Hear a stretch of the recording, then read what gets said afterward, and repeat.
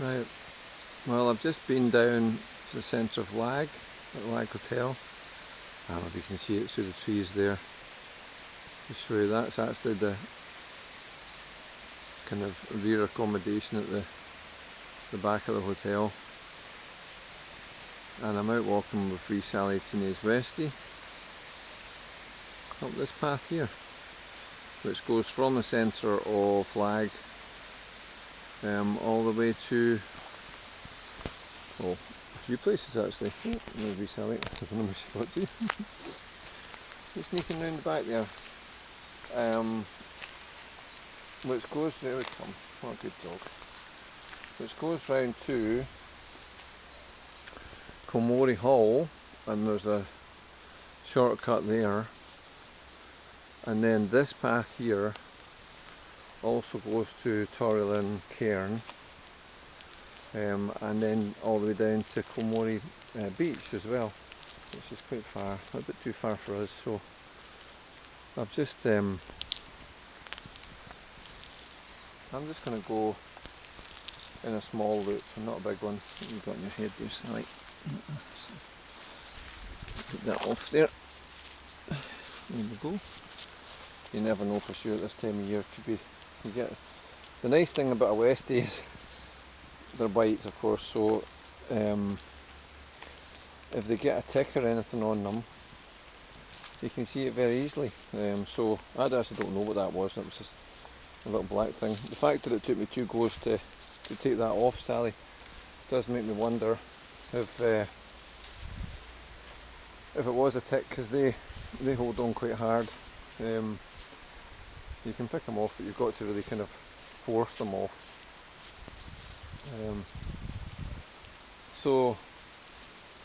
But the fact that the Westies are white, it makes it very easy to see them. So where's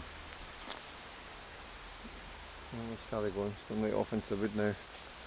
So this is the thing about Sally, I walk her everywhere off the lead, which is great. She's earned that freedom because she's like such a well-behaved dog. She's an unbelievably well-behaved dog. She just gets on with everybody and everything. But that means you've got to nudge her every so often, because she'll just stand there forever. So I'll just give her a little burp, burp, like, and in fact, if I'm really going to annoy her, what I do, I just kind of like burp, burp.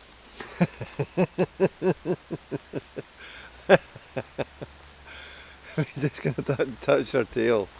She's like, oh, and then she starts leaping about. So I don't know why that is. I think it's funny. I'm not sure if she thinks it's funny or not. Right, I'll just watch she doesn't get any closer to the edge there. But anyway, there we go. So this is the speed that we walk at. And Sally's, she's more lively in the evenings than she is early on in the day. And this is our morning walk. But despite the fact that she's not lively at this time of day, I'll tell you what I'll do, I'll just see if I can get her to have a wee run anyway, right? So what I'll do is I'll just kind of like stare at her, and then see if she can get her going.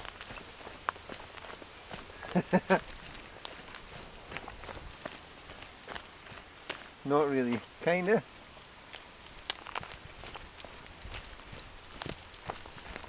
Kinda.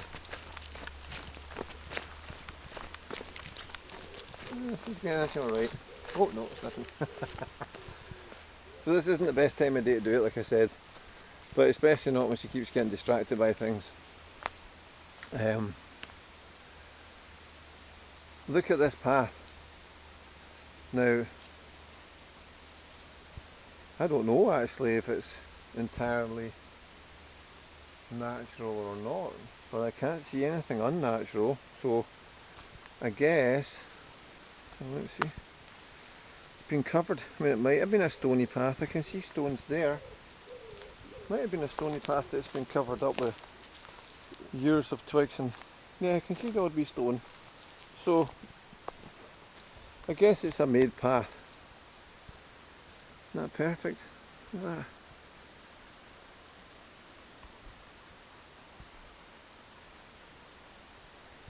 I'll give Sally another wee nudge. Well, I didn't have to, she's come to it herself. She can't hear me. She can't really. If I, last thing at night, you know, I kind of like, not quite bellow in her ear, but I talk very loudly in her ear. To let her know, you know, how, I'll let her know at various points in the day, but especially last thing at night. And to let her know, you know, what a good dog she is. And I think she can hear that if you're right in her ear, because she does kind of like, you can see she physically relaxes when you do that, and also quite often just as a wee sigh, you know, like everything's fine. So I'm pretty sure she does know. She can hear clapping and whistling anyway. But I got her when she was 12, or rather Dan and I got her when she was 12, and as a wee rescue, and she'd had 12 years in a flat in Kent with a guy who did actually love her but just couldn't leave the flat himself, and he was disabled, so he never went out, so she didn't get any walks or anything like that, and she had a lot of things wrong with her when she came to Arran nearly 4 years ago, not quite, 3.5, 4 years ago. And she's got things wrong with her now, but she's nearly 16. She'll be 16, I reckon, next month, because she was 12 when I got her, and you don't get the months, so say 12 and a half, because she could have been 12 and 11 months or 12 and 1 month. So 12 and 6 months is the middle, and that would mean that her birthday, her 16th birthday, is next month. Oh, there's a dog coming there. Hello, dog. What you doing up there? What you doing, wee collie dog? So she'll be an adult next month. There's the dog there. Okay, you alright? Is it alright? Aye. Yeah, is the dog okay? Yeah. Okay, that's good. Okay, yeah, you're alright. You don't even know that dog's there, do you, Sally? You'd look, there's a doggy there. Look, have a look at the doggy. You see? Too fast for you there. My dog didn't even know your dog's there. A bit slow. I'm surprised he's not avoiding it, scared. Well, this one like relaxes everybody and everything, because she's well, she's me. That's me, Sally. It's not another dog. She's very friendly.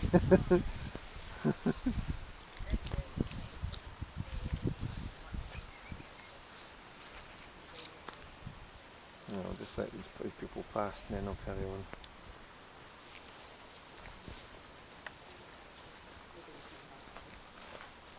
Hi, hi, hi.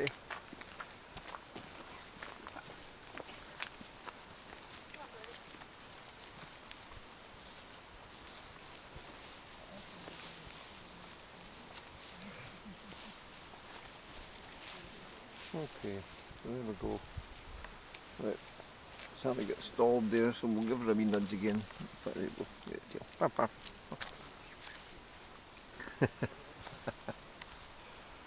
Right, anyway.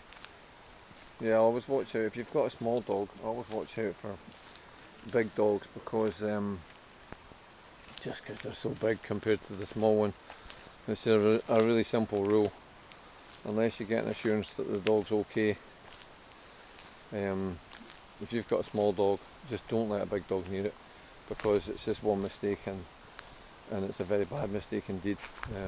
So that's what I do. Like Sally, so far behind. I'll go and get her. So this is the thing, if you're going for a walk with Sally, she can go at whatever speed she wants, but she just wants to sniff at everything, and I could put her on a lead. I probably walk twice as far as her, just going backwards and forwards. Now she's going, oh, he's come from me, I better get a move on. Oh, come on, Sal. Come on. And then she just starts sniffing again. And this walk will be good for that, I suppose, because there's an awful lot of dogs and people walking along here, but none of them are going just at this pace, because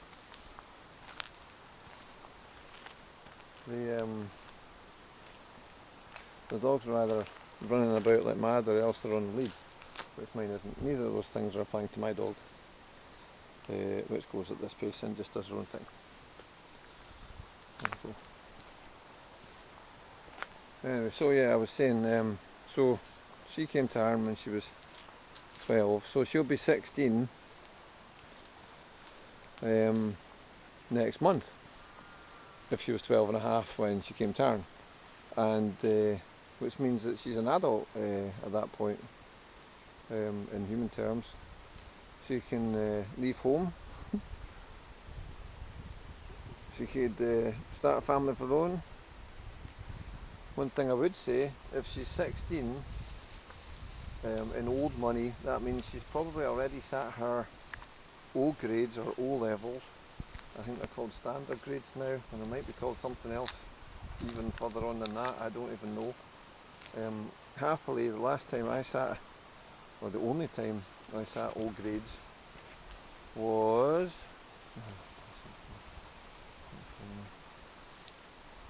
so it was 1981, no, 1980.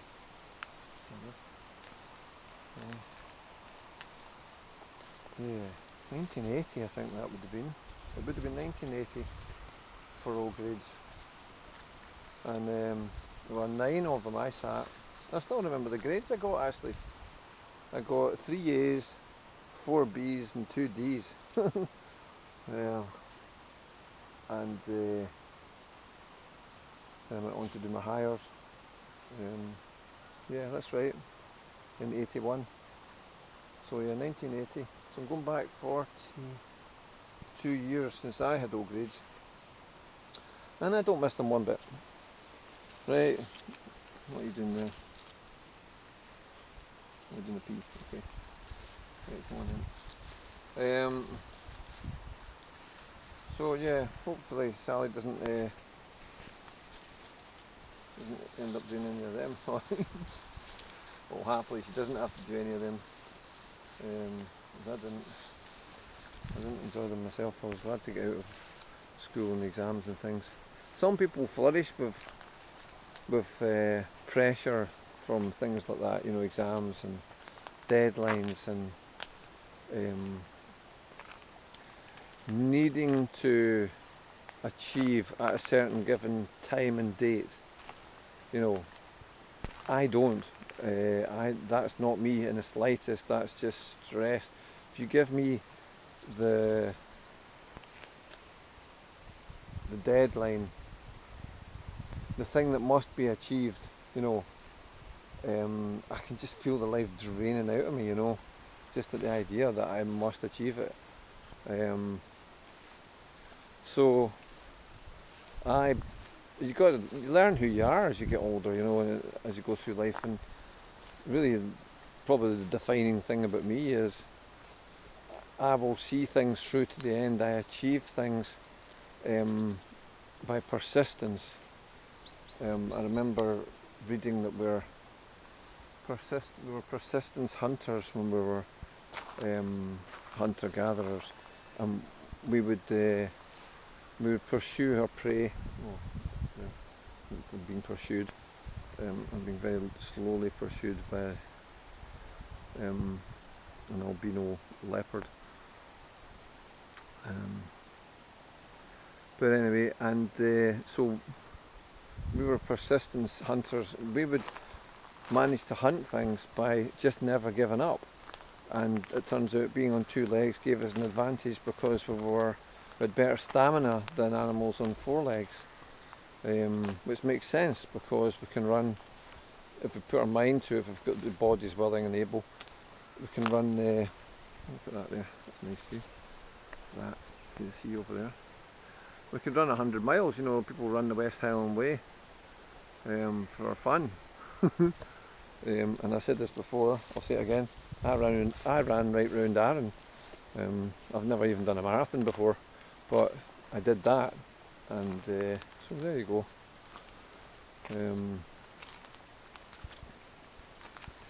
So yeah, that's my defining feature. I will achieve by persistence. You know, just not giving up.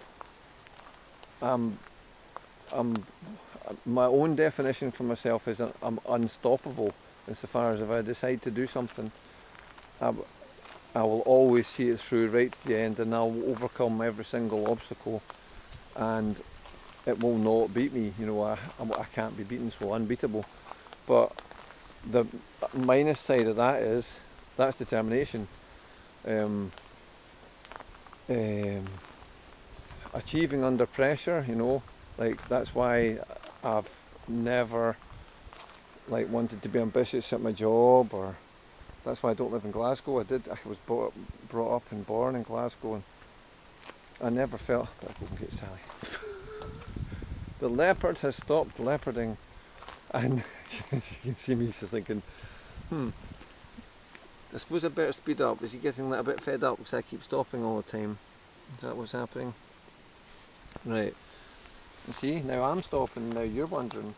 See, that's how it works, Sally. People stop all the time, and they don't get anywhere, you know. So that's how come I'm not living in Glasgow. I'm living in Arran. It's low stress for me. I just don't want stress. I've never been a career-driven person, although I've been a surveyor twice, and I was in management for a lot of years actually in the co-op, and I've been offered a promotion as well in the job I'm in. I've never looked for it, and yeah, it's not the measure of it for me. The thing for me is to be doing something like this, you know, walking on fields like this. I'll just poke over, camera poke.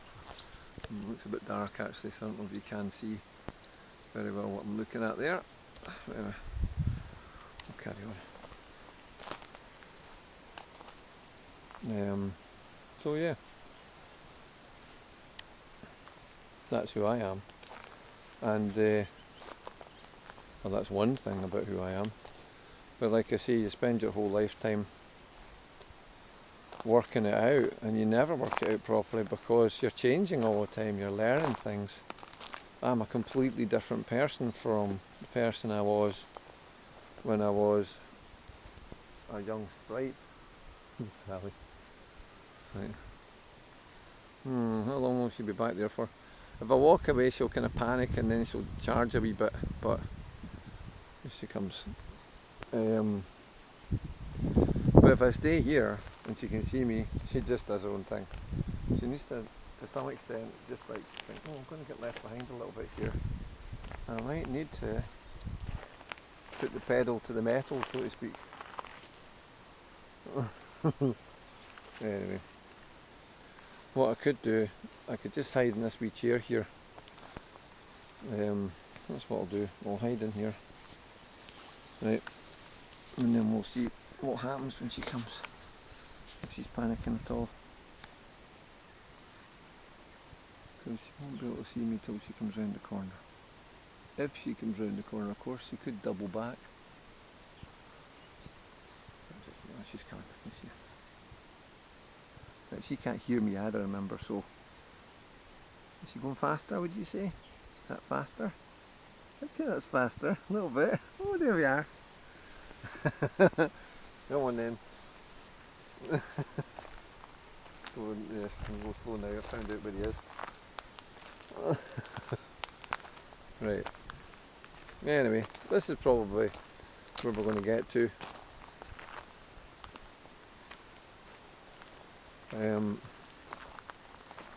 Gosh, I've got a view on the right. I can see Spoon Island. A view on the left. This is a good spot. Look at that. Commodity Beach. Ailsa Craig over there.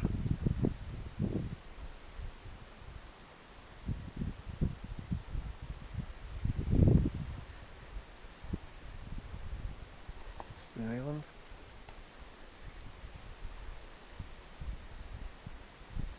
Amazing.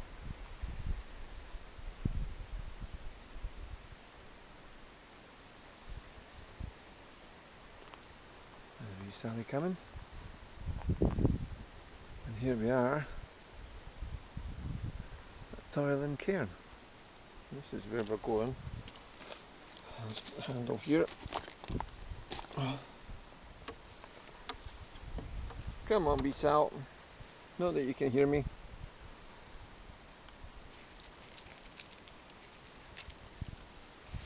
There we go. Sally gate again. And then we'll just have a look and see where we are here. I'll walk round here, I think. Cairn where people were buried 5,000 years ago, it says.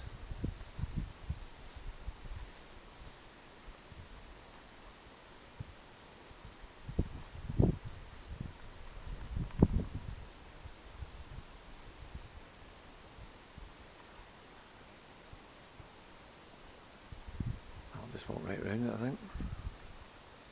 Why not? Add a little bit of mileage to Sally's walk.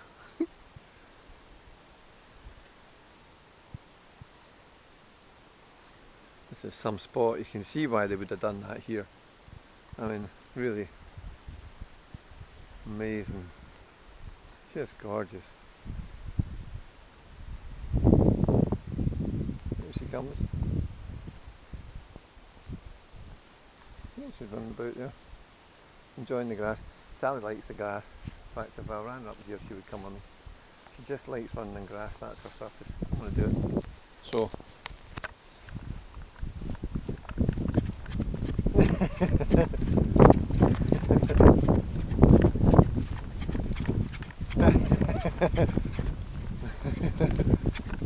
there we go. That's not what we're meant to be doing. Laps of Torrylinn cairn.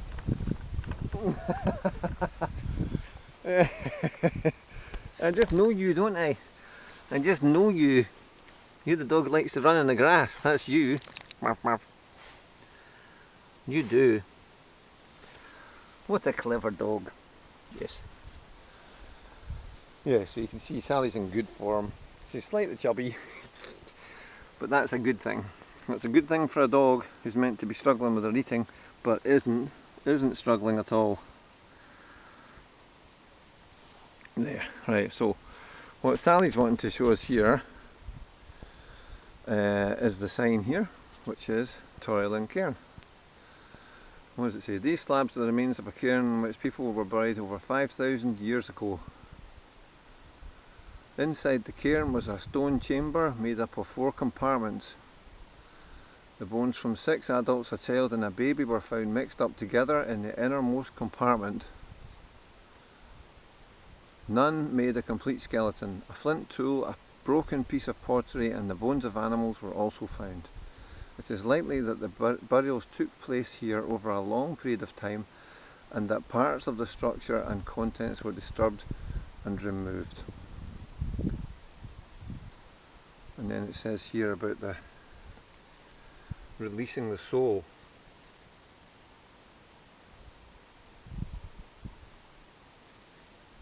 Oh, I haven't read it. I could read that bit as well if you want. I'll read it. Just look at Sally while I read it.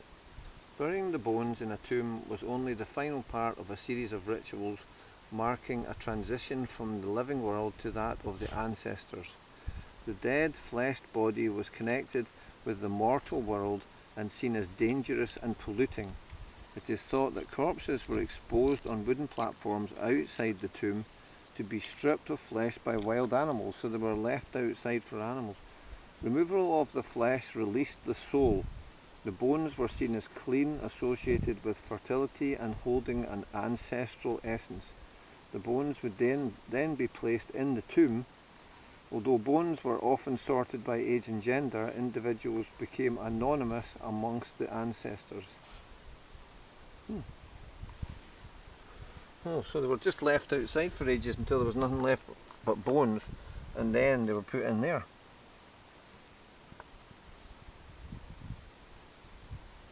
That's fascinating. And you know, I've seen several of these Cairn giant's graves, and they look like this, you know, with the big stones in a circle there, like 1, 2, 3, 4, coming around there, and then you've got your entrance and then you're going inside. But it's very similar. You know, they're kind of repeating the same thing. Anyway, there we go. Sally's very... See, that's what happens when people stand still and just kind of like sniff and look at things and be interested in things. Yes, it gets very boring very quickly. That's what happens. Become a bored dog. Do you want to do another lap of the place before we do a go? Shall we do that? Come on, come in. I knew you would.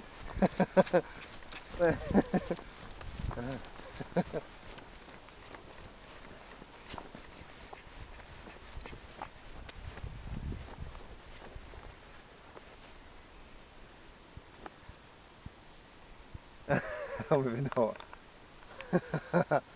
Am I going the wrong direction? Is that the problem? Are we meant to be leaving? Huh? Okay, I'm going this way then. I was going the wrong direction, wasn't I?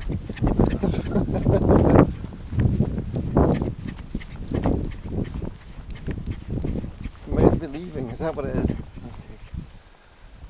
Okay. Daft dog. Right.